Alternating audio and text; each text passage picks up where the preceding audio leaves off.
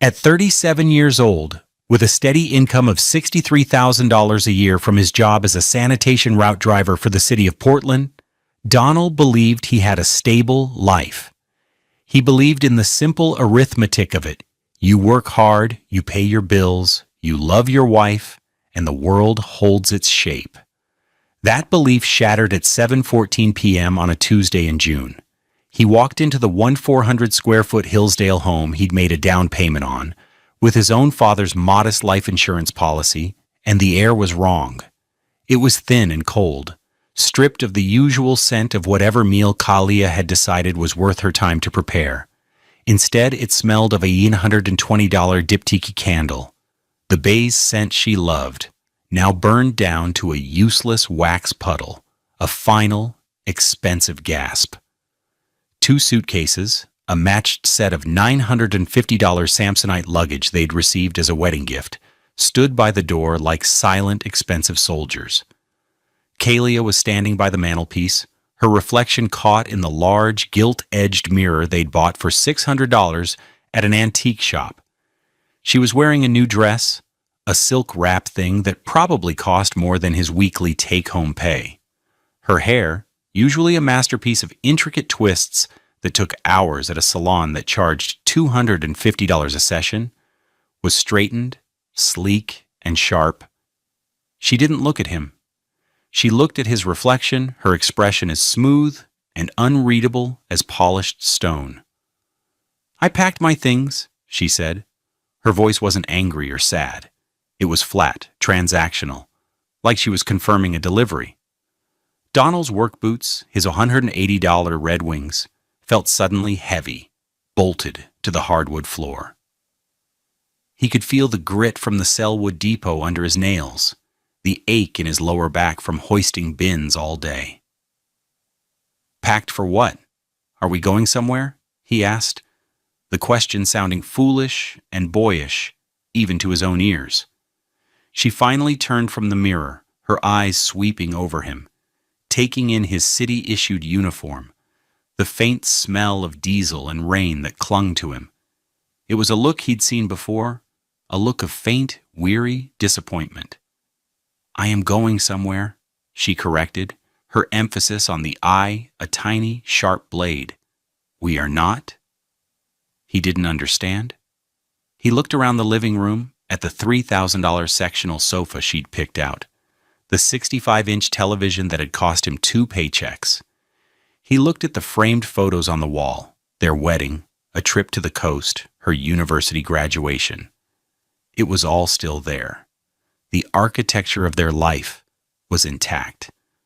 How could she just leave? "Kalia, what is this? What are you talking about?" His own voice was a stranger's, hollow and distant. She picked up her $1,800 Louis Vuitton handbag from the armchair. She checked its contents. A familiar, fussy gesture. Wallet, phone, keys, though not the keys to this house. He saw her drop the house key on the polished surface of the end table, a quiet, metallic clink that echoed in the silent room. "This isn't working, Donald. It hasn't been working for a long time." "What isn't working? We have a good life." "You have a good life," she said, and the cruelty of it was breathtaking. "You have your route, your little routines, your predictable world. That's not a life. It's a loop."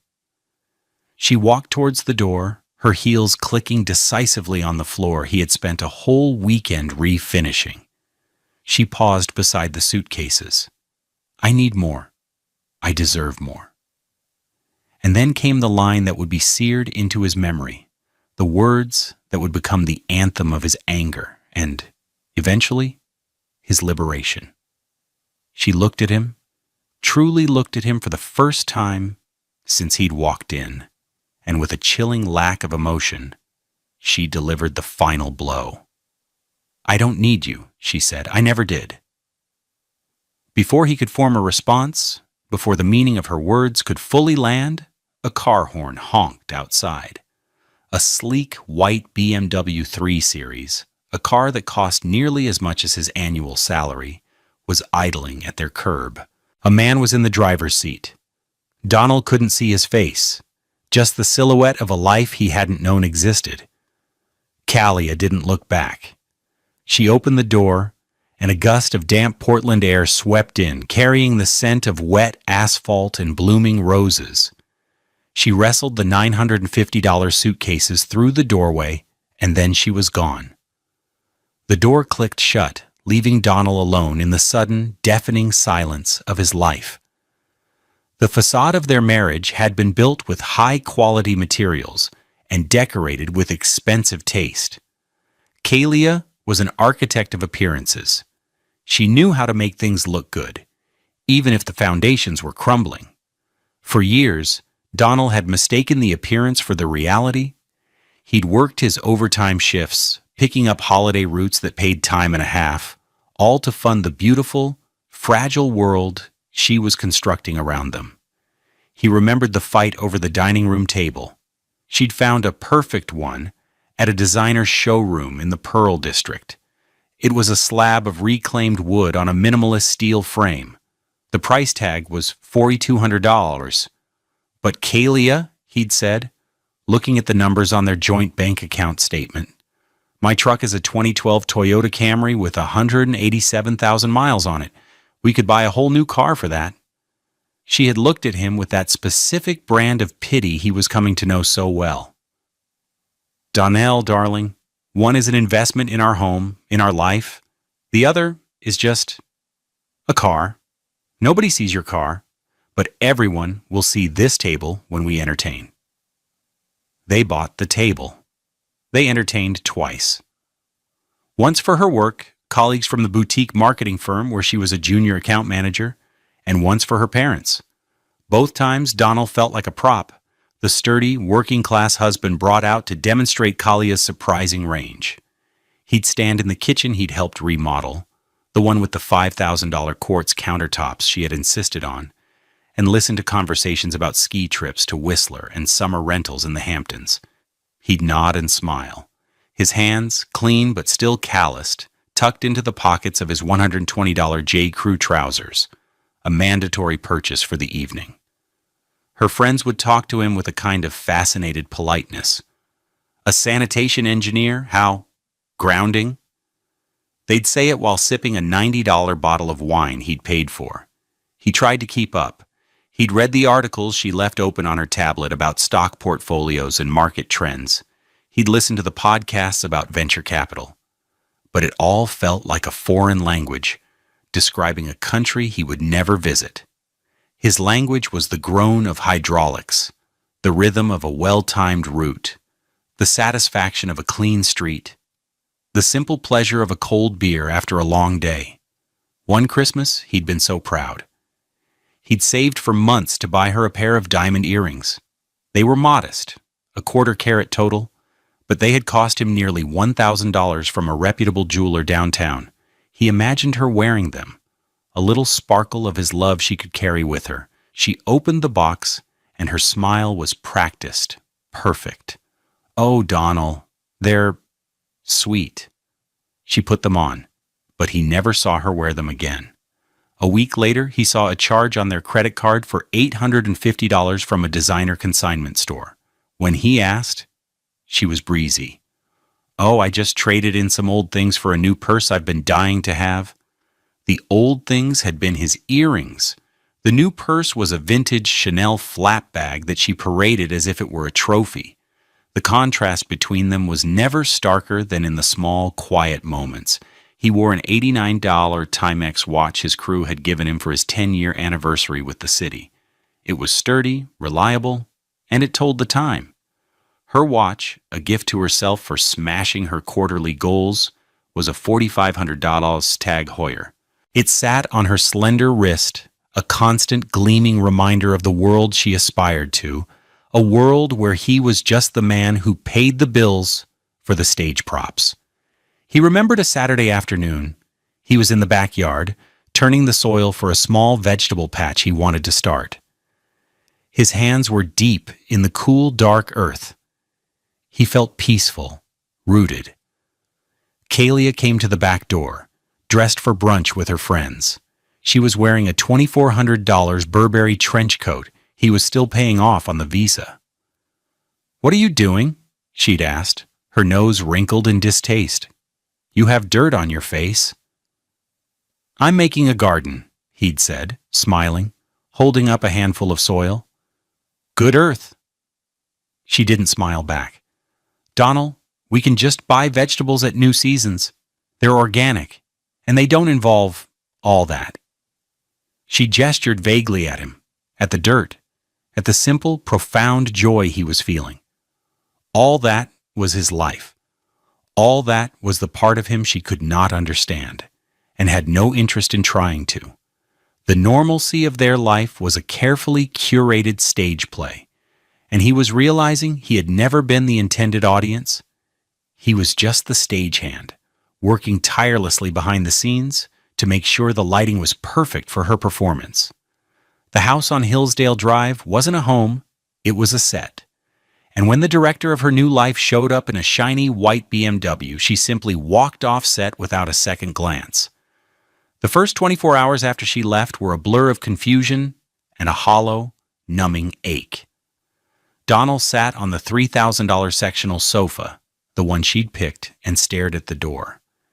He half expected her to walk back in laughing, to say it was some kind of bizarre, cruel joke. He called her phone 12 times.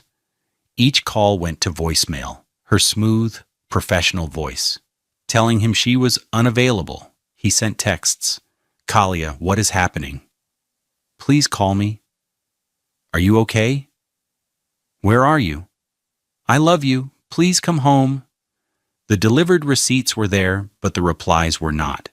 The silence from her phone was louder than any argument they'd ever had. He didn't go to work on Wednesday. He called his supervisor, a man named Henderson, who had been with the city for 30 years, and said he was sick. His voice was a rasp. Henderson, who had seen it all, didn't ask questions. "Take the day, Donald. Take two." The second day, Thursday, the panic began to curdle into a cold, hard knot of dread in his stomach. He needed to do something. He thought about their finances. They had a joint checking account for bills, and the joint savings account. That was their future. The down payment on a bigger house one day maybe, a trip to Europe, kids.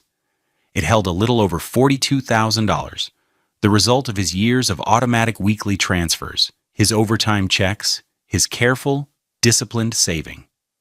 Kalia called it his squirrel fund, a term she used with affectionate condescension. At 10:03 a.m., he logged into their bank's website.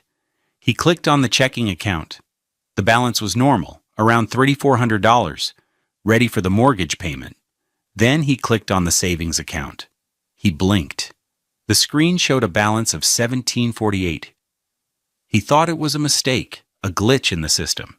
He refreshed the page. 1748s. He clicked on the transaction history. His blood ran cold. The list was a series of withdrawals, all dated the previous Friday. 4 days before she'd even walked out the door. 4 separate cash withdrawals, each for $9,000, another for $6,000. All from a branch in downtown Portland he didn't recognize. A total of $42,000 withdrawn in cash. Gone. The planning it must have taken. The quiet, deliberate deception. She had been smiling at him over dinner last Friday, asking about his day, while knowing she had spent the afternoon gutting their shared future. The cruelty was surgical. This wasn't a spur-of-the-moment decision. This was a calculated heist. The outrage began to build, a slow, hot fire in his chest, burning away the fog of his grief. This was no longer just a breakup. This was a betrayal of a depth he couldn't have imagined. Then came the next blow. It arrived 10 days later. He was at the Selwood Depot at 5:47 a.m., doing his pre-trip inspection on his truck, the familiar scent of diesel in the cool morning air. A process server, a skinny kid in a cheap suit, walked up to him holding a manila envelope. "Donald Jackson?" "Yeah?" "You've been served." The kid handed him the packet and scurried away as if he was afraid Donald might react violently. Donald stood there, under the humming sodium lights of the depot yard, his co-workers throwing him curious glances. He opened the envelope. Inside was a petition for divorce. The header on the document made his head spin. It wasn't from Multnomah County, Oregon. It was from Clark County, Nevada, Las Vegas. He scanned the document, his eyes catching on key phrases. Irreconcilable differences. No community property to divide. And then he saw the filing date. It was dated just 5 days after she had left. 5 days. She hadn't just left him. She had sprinted to another state to erase him, to file a quick, clean divorce in a jurisdiction known for speed, hoping to steamroll him before he even knew what was happening.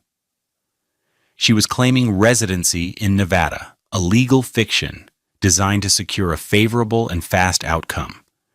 She was trying to declare that their house, their assets, everything they had built in Oregon, was not subject to division. And she had a new name on the petition. Not just Kalia Jackson. She had hyphenated it. Kalia Vaughn Jackson. Vaughn. He didn't know that name. The final piece of the puzzle clicked into place a week later. A call from a mutual friend, Jessica, one of Kalia's former co-workers. She was hesitant, embarrassed. "Donald, I'm so sorry. I had no idea. Kalia blocked me on everything. But Sarah still follows her private account. She sent me a screenshot. I thought you should know." The screenshot arrived a minute later. It was a picture of Kalia, beaming, standing on a balcony overlooking the Las Vegas Strip at night. She was wearing a glittering silver dress, a $2,000 designer piece he'd seen her covet online. Her arm was around a man, a handsome, smiling man in a tailored suit. And the caption, filled with heart emojis, read, "My king, my future. Building our empire in the desert. Vegas life. New beginnings, finally free." The man's name tagged in the photo was Andre Vaughn.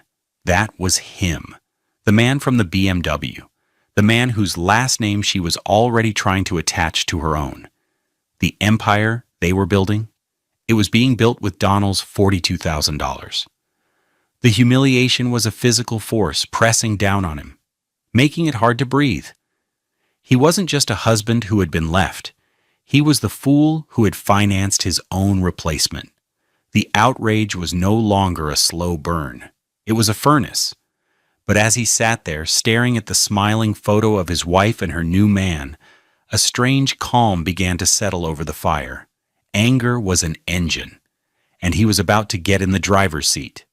The next morning, at 8 a.m. sharp, Donald was not on his route. He was sitting in a leather chair that cost more than his sofa, in a law office on the 30th floor of the U.S. Bancorp Tower, the building they called Big Pink. The view of the Willamette River and Mount Hood was spectacular, but Donald wasn't looking at it. He was looking at a man named Marcus Thorne. Thorne was a black man in his late 50s, with a sharp suit, a sharper mind, and a reputation for being the calmest person in any room, especially a courtroom. He had been recommended by Henderson's brother-in-law. Marcus Thorne listened. He didn't interrupt. He just sat, his fingers steepled, as Donald laid out the whole ugly story, the departure, the empty savings account, the Las Vegas divorce papers, the Instagram post. Donald's voice was low and steady as he recounted the details. His initial heartbreak now hardened into a cold, clear narrative of facts. He handed over the bank statements with the $42,000 in withdrawals highlighted. He handed over the divorce petition from Nevada. He even showed Thorne the screenshot on his phone. When Donald finished, Thorne nodded slowly. He picked up the Nevada petition, holding it like a piece of contaminated evidence. "This," he said, his voice a smooth baritone, "is an amateurish, greedy mistake. She has a terrible lawyer, or more likely a cheap one from a billboard." "What do you mean?" Donald asked. "Jurisdiction, Mr. Jackson," Thorne said, a faint smile touching his lips. It's everything. You and your wife lived here, in Portland. You own property here. Your financial assets were based here. Oregon has what we call domicile. Nevada has nothing but a post office box and a woman in a hurry. Thorne leaned forward. Her filing in Vegas is a scare tactic. She's hoping you'll be too intimidated or too heartbroken to fight it. She's banking on you rolling over. She is underestimating you. The word hung in the air. Underestimating. It was the story of his marriage. So what do? Donald asked. We don't get angry, we get organized, Thorne said, his voice all business. My rate is $450 an hour. This will not be cheap, but it will be effective. First, we file our own petition for dissolution of marriage, right here in Multnomah County. We will do this today. By filing here, we establish Oregon as the proper venue. Her Nevada case will be dead on arrival. They'll have to dismiss it for lack of jurisdiction. He was already making notes on a legal pad. Second, that $42,000. That's not her money. That's marital property. By withdrawing it in cash, days before she left, without your consent, she has committed what the court calls financial dissipation. It's essentially theft. We will petition the court to have that entire amount plus interest awarded to you from her share of the marital assets. What marital assets? Donald said, a bitter laugh escaping him. She took them. She thinks she did, Thorne corrected, but the biggest asset is the one she left behind, the house. Donald felt a jolt of hope, the first he'd felt in weeks. We will ask the court to award you the house, free and clear, in lieu of your half of the savings she stole. We'll argue that you provided the down payment from a pre-marital inheritance and that her actions have demonstrated a clear intent to defraud the marital estate. It's a strong argument. For the next hour, Thorne laid out the strategy. It was calm, methodical, and devastatingly precise. It wasn't about revenge. It was about consequences. It was about the slow, grinding machinery of justice. Donald walked out of the office at 9:30 a.m., and the air on the street felt different. The sun seemed brighter. He had a plan. He wasn't a victim anymore. He was a strategist. He spent the rest of the day gathering evidence, just as Thorne had instructed. He went to the bank and got certified copies of the statements showing the withdrawals. He printed out 3 years of his pay stubs, showing his consistent income. He found the paperwork from his father's estate, proving the source of the $50,000 down payment on the house. Each piece of paper was a brick in the new foundation he was building. On day 12 of their separation, exactly as planned, Marcus Thorne filed a petition for dissolution of marriage on behalf of Donald Jackson in the Circuit Court of Oregon for Multnomah County. The petition was a quiet, legal declaration of war. It detailed the date of separation, the existence of the Hillsdale home, and the misappropriation of marital funds in the amount of $42,000. A process server was dispatched, not to a home address in Las Vegas, which Kalia had conveniently omitted from her filing, but to the boutique marketing firm listed on her LinkedIn profile. The war had begun, and Kalia had no idea she was already losing.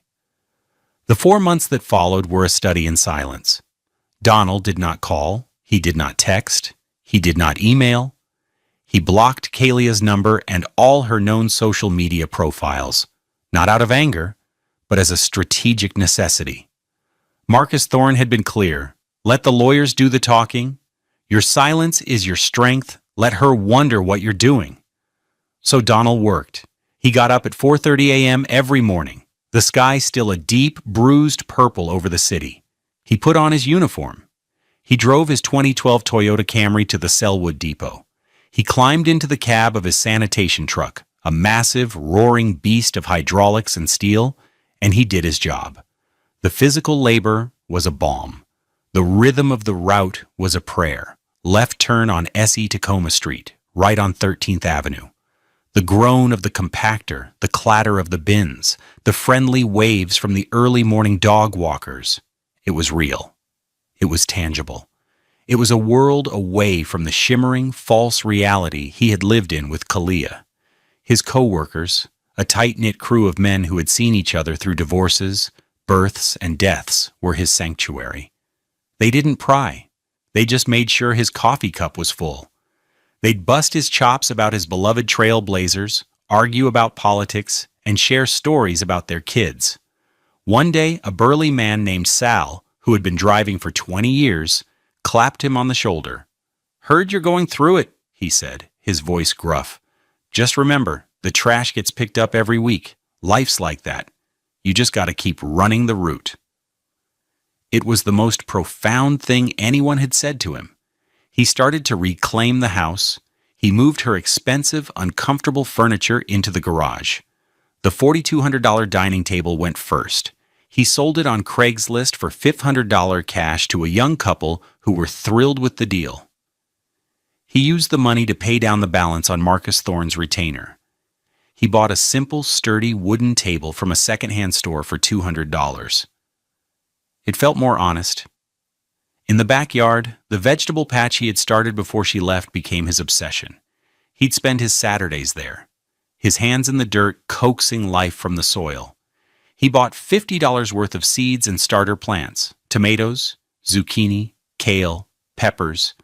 He built a small raised bed out of scrap lumber. He found a peace there, in the quiet, patient work of cultivation that he had never found in his living room. It was at a community garden workshop in the Lentz neighborhood that he met Ayanna. She was a first-grade teacher at a nearby elementary school, and she was showing a group of kids how to plant sunflowers. She was beautiful, but it was her laugh that caught his attention. A full, uninhibited sound of pure joy.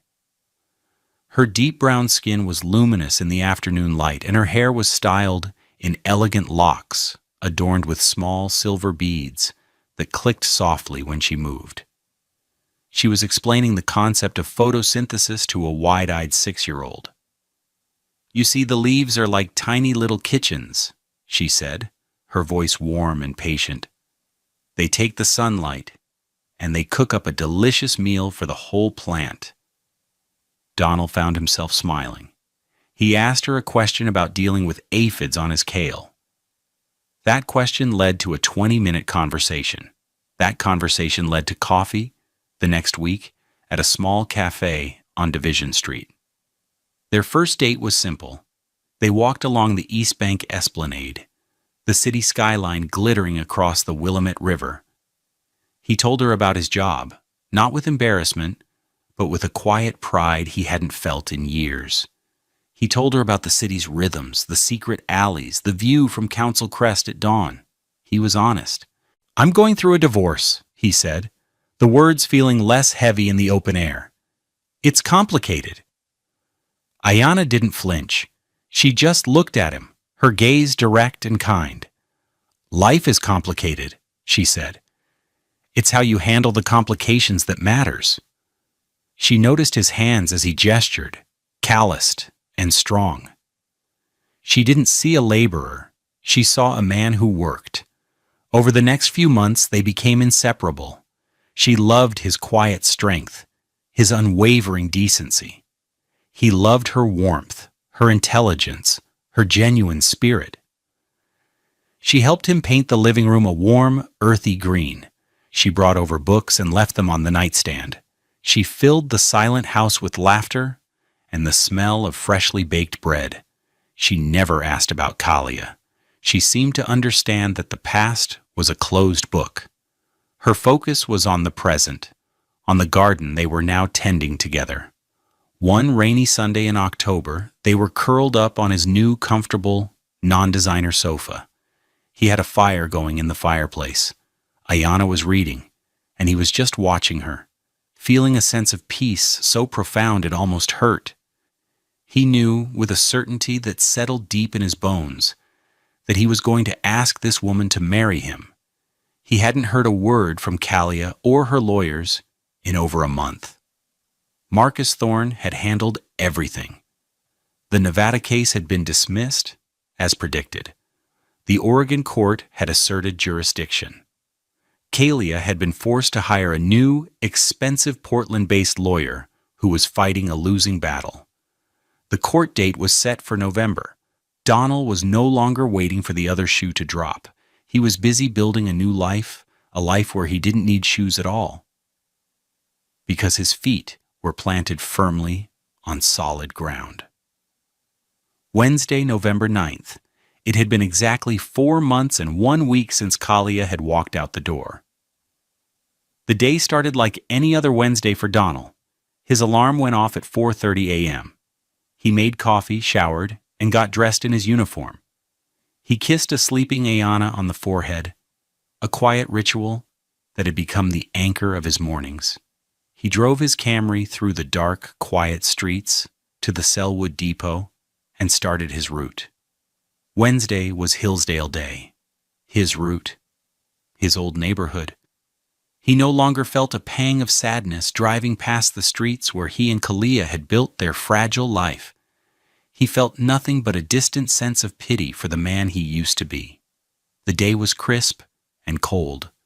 The autumn leaves a riot of red and gold. He finished his route at 2:30 p.m., hosed down the truck, and headed home. The house was filled with the scent of roasting chicken and garlic. Ayana was home early, a surprise. She was a whirlwind of joyful energy, her locks swinging as she danced around the kitchen. "I finished my parent-teacher conferences early," she announced, "so I decided to make a proper celebration dinner." "Celebration for what?" he asked, wrapping his arms around her from behind and inhaling the scent of her hair.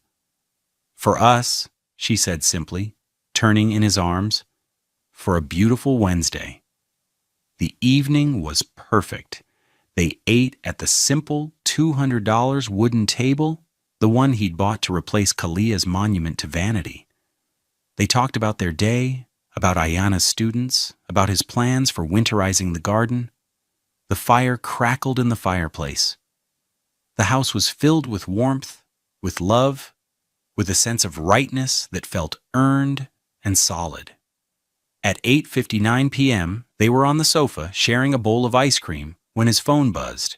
It was sitting on the coffee table, an old iPhone 8 with a cracked screen. He glanced at the display. Unknown number?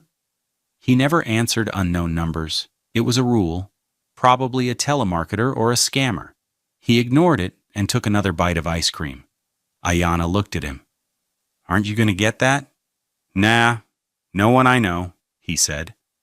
The phone stopped buzzing. A moment of peace.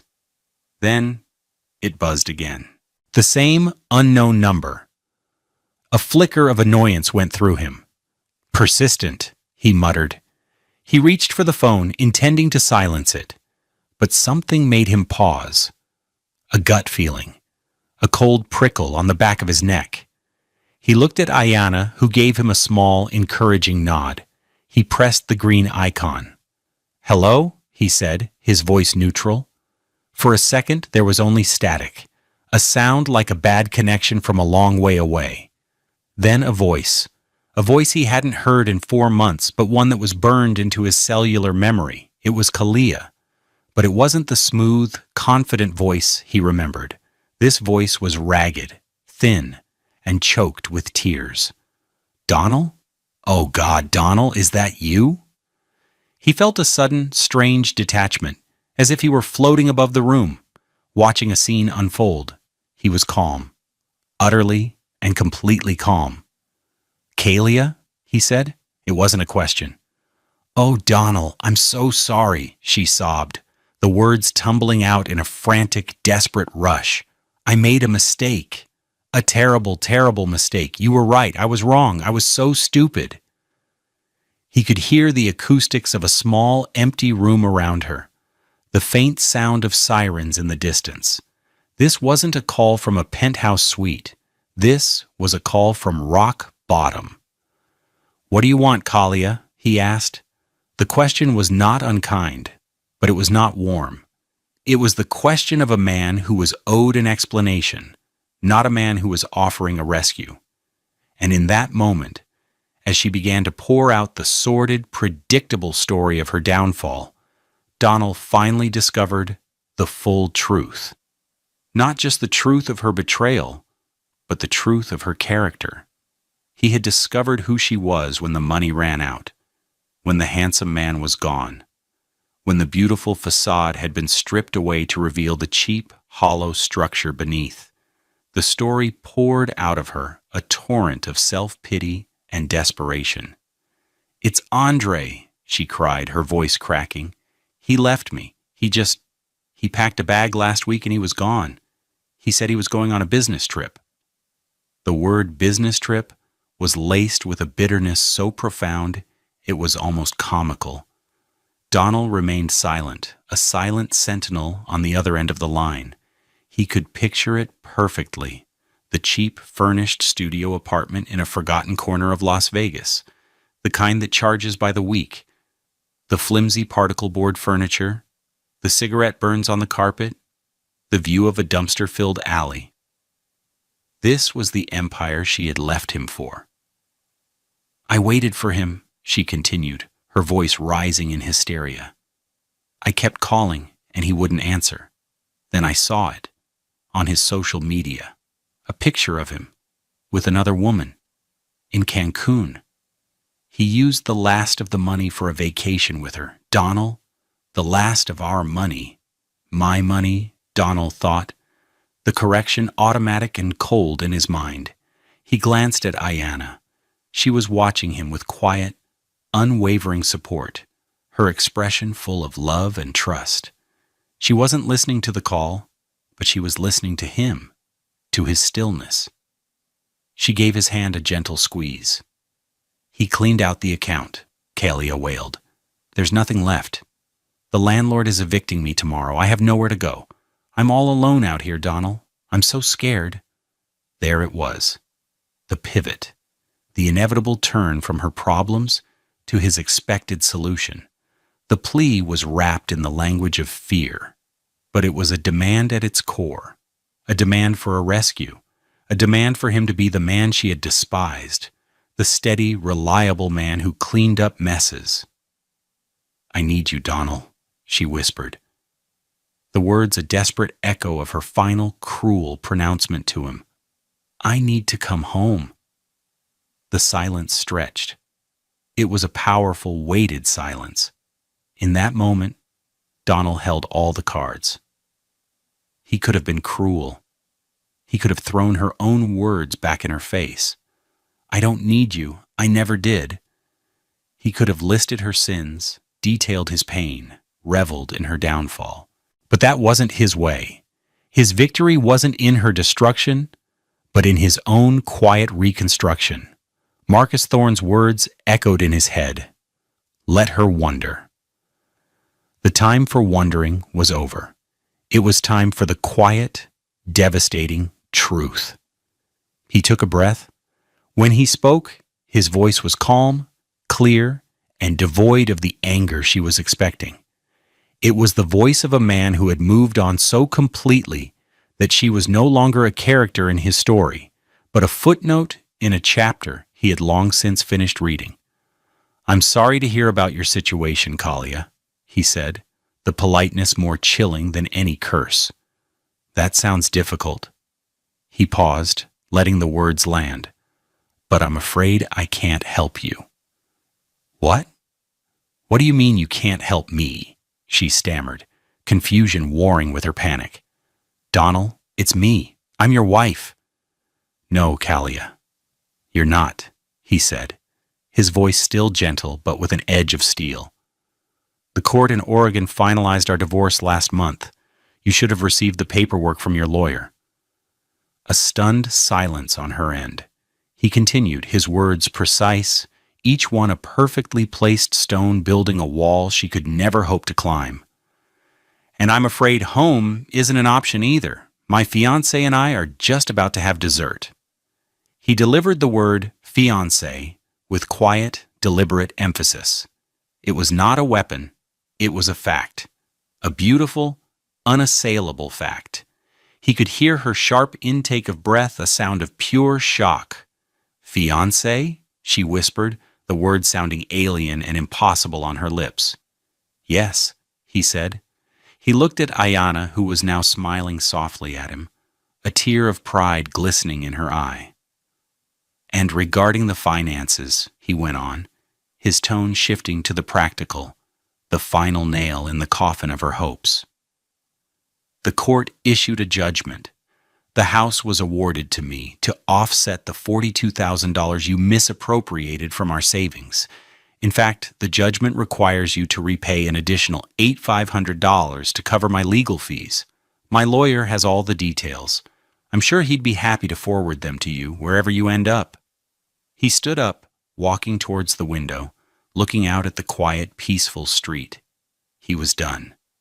I truly do wish you the best, Kalia, he said. And the surprising thing was, he almost meant it.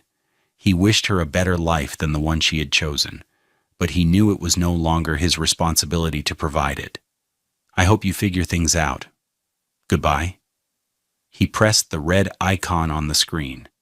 The call ended.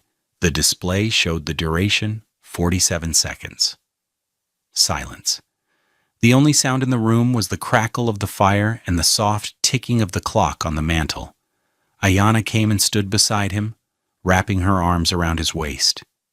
Are you okay? She asked softly. He looked down at her radiant, loving face and then back out into the quiet darkness. I am, he said, a slow smile spreading across his face. I really, really am. The aftermath for Kalia was a cascade of consequences, each one a direct result of her own choices. Donald learned of them not through gossip or prying, but through the dry official correspondence from Marcus Thorne's office as they worked to enforce the court's judgment. First, there was the eviction, stuck in Las Vegas with less than $100 to her name, where Kalia was put out of the soulless studio apartment. She'd called her parents, but they, having financed her perfect first wedding and her expensive education only to watch her throw it all away, offered a bus ticket back to their home in Ohio and nothing more. The Grand Las Vegas empire had ended with a Greyhound bus. Second, the financial judgment. The $42,000 she had stolen was now a legal debt memorialized in a court order. The additional $8,500 for Donald's legal fees was tacked on. With interest accruing at the statutory rate of 9% per year, the total amount she owed Donald was over $51,000 and climbing. It was a debt that could not be discharged in bankruptcy. It would follow her. Marcus Thorne, ever diligent, had domesticated the Oregon judgment in Ohio. Her future wages, should she ever hold a job that paid on the books, would be subject to garnishment. The life of designer clothes and expensive dinners was over. She was starting from a financial hole so deep it would take her decades to climb out. Third, Andre Vaughn. He was a ghost. The social media profiles he had used to flaunt their new life were deleted within a week of his departure. The name was likely an alias.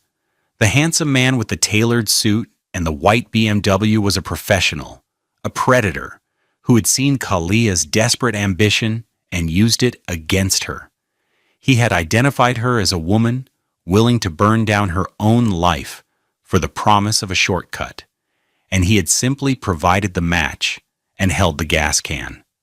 He was gone, along with any remaining cash, leaving her to deal with the ashes. Finally, there were the social consequences. The friends she had cultivated, the ones who had admired her seemingly glamorous life, vanished. When the story of her deception, the calculated theft, the fraudulent divorce filing, the affair, became known, they distanced themselves. Jessica, the friend who had sent Donald the screenshot, sent him a brief, apologetic email. I'm so sorry for her, but I'm more sorry for what she did to you. You're a good man, Donald. You deserved better. The world she had tried to build, a world based on image and acquisition, was as flimsy as a movie set. When the production wrapped, everyone just went home, leaving the set to be torn down. Donald never spoke to her again. There were a few frantic voicemails in the days after the 47-second call, cycling through anger, denial, pleading, and finally, a sort of defeated silence. He didn't listen to them. He simply had his lawyer send her a formal cease and desist letter, citing the court's finality. He wasn't interested in her apologies or her rage. He was interested in peace. The consequences were not his revenge. He had not orchestrated them. He had simply stepped out of the way and allowed the weight of her own actions to fall upon her. It was the clean, impartial logic of the universe, the same logic that dictated that if you stepped off a roof, you would fall. Kalia had leaped, and Donald had simply refused to break her fall. The following spring, on a bright Saturday in May, Donald and Ayanna were married. The ceremony wasn't in a grand church or an expensive hotel. It was in their own backyard, the one Donald had so patiently cultivated. They stood under a simple wooden arch he had built himself, covered in the climbing roses Ayanna had planted. She wore a simple, elegant white dress that cost $300. He wore a new navy blue suit that had set him back $400. Her locks were adorned with tiny white flowers, and her smile outshone the brilliant sunshine. The guests were a small collection of the people who truly mattered, his crew from the Selwood Depot, their wives looking on with proud smiles, Ayanna's fellow teachers and her loving family, his lawyer, Marcus Thorne, who stood in the back, looking on with quiet satisfaction. They exchanged vows they had written themselves, promises not of empires and glamour, but of patience, kindness, and shared work. The total cost of the wedding, including the food from a local BBQ joint and the keg of craft beer, was less than the price of Kalia's old dining room table. It was the richest day of Donald's life. Life settled into a new, beautiful rhythm. On Wednesdays, Donald still drove his sanitation route through Hillsdale. The work was the same, the truck was the same, but he was a different man. He drove past his old house once, on a revised route, and saw a new family living there, a young couple with a toddler. He felt a brief, wistful pang, not for the house, but for the years he had lost trying to be someone he wasn't. But the feeling passed quickly, replaced by a deep, abiding gratitude for the life he had now. On Saturdays, he and Ayanna worked in their garden. It was a thriving urban oasis, producing more kale, tomatoes, and zucchini than they could possibly eat. They gave away bags of produce to their neighbors and to the local food bank. They would work side by side, their hands in the rich, dark soil, talking, laughing, or just being silent together. It was in these quiet moments that he understood the nature of true wealth. It wasn't in a bank account or a stock portfolio. It wasn't in a designer watch or an expensive car. True wealth was the feeling of the sun on your back. It was the satisfaction of a job well done. It was the taste of a tomato you had grown yourself. It was the sound of your wife's laughter echoing in the garden. It was the profound, unshakable peace of knowing you are valued for who you are, not for what you can provide. One afternoon, Ayanna came out to the garden holding a piece of paper. It was a drawing from one of her first-grade students. It showed two stick figures, a man and a woman, holding hands under a giant, smiling sun. The figures were drawn with a brown crayon. The little girl who drew it had told Ayanna, "That's you and Mr. Donald. You're happy." Donald took the drawing, his calloused fingers tracing the simple, honest lines. This was his life now. It wasn't a loop. It was a path.